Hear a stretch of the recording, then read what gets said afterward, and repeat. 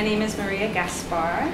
I'm an interdisciplinary artist based in Chicago, and I'm interested in power and place and site-specific projects. A lot of my work is collective, and a lot of it is based here in Chicago. My mom always had me in creative kind of situations because she loves art. She won't call herself an artist, but she, to me, is one of the most ultimate artists because she makes art in any situation. She was a clown for many years, and then she was also a radio DJ in a few blocks from our house. She did that at the Boys and Girls Club. Yeah, so she was super supportive of the arts, and I clowned with her as a kid because she forced me to. I didn't like it at the time. But when I look back, I think about the costume that she made. You know, the wig that was made out of yarn and of pantyhose. You know, the baby powder we would use on our faces after putting the makeup, and it was she used a sock. So, you know, so there was always a creative experience with her, and so I think that she was a big motivator for me. Plus, I met all these awesome artists in Chicago that were super generous with letting me help them out with something. You know, I'd help them out with paintings or murals or something like that. So I always felt like there was a lot of fluidity, and I liked the way the life was part of the work, and the work was part, like it was all sort of fluid, and I really liked the way they were pushing against, right, what like most people were doing. They was really interested in that. I can talk about a most recent project called 96 Acres, and it's a project that is taking place at Cook County Jail, which is located on the west side of Chicago.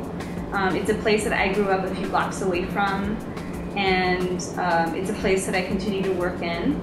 A group of artists and activists and all kinds of other young people really wanted to talk about what it meant to have the largest architecture of your neighborhood be a jail. You know, that the largest single-site pre-detention facility is located not away where you can't see it, but across the street from your home. Something that we talk about a lot in the project is the normalization of the prison system or mass incarceration. And that's a big issue for us because we don't want it to be normalized. You know, we want to amplify the space in a way that will get people interested in dialoguing around it, and they'll start questioning it, you know, and they'll start maybe offering counter narratives around the space. But we understand that it's such a complicated place that the way that we can actually dig into that location to like what it means is through personal stories, through getting people involved in conversations, you know, and that's, I think, a way that we can start to dig deeper and really kind of understand what that might mean and what it can represent.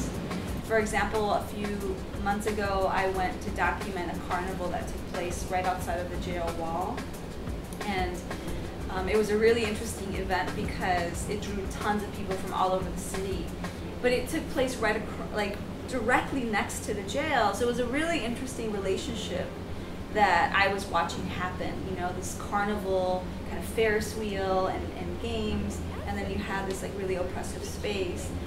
Is it adapting, you know, or is it just sort of working around it, right? So there's just all kinds of questions that are incited by this place and the way that space is negotiated, you know, that power is negotiated.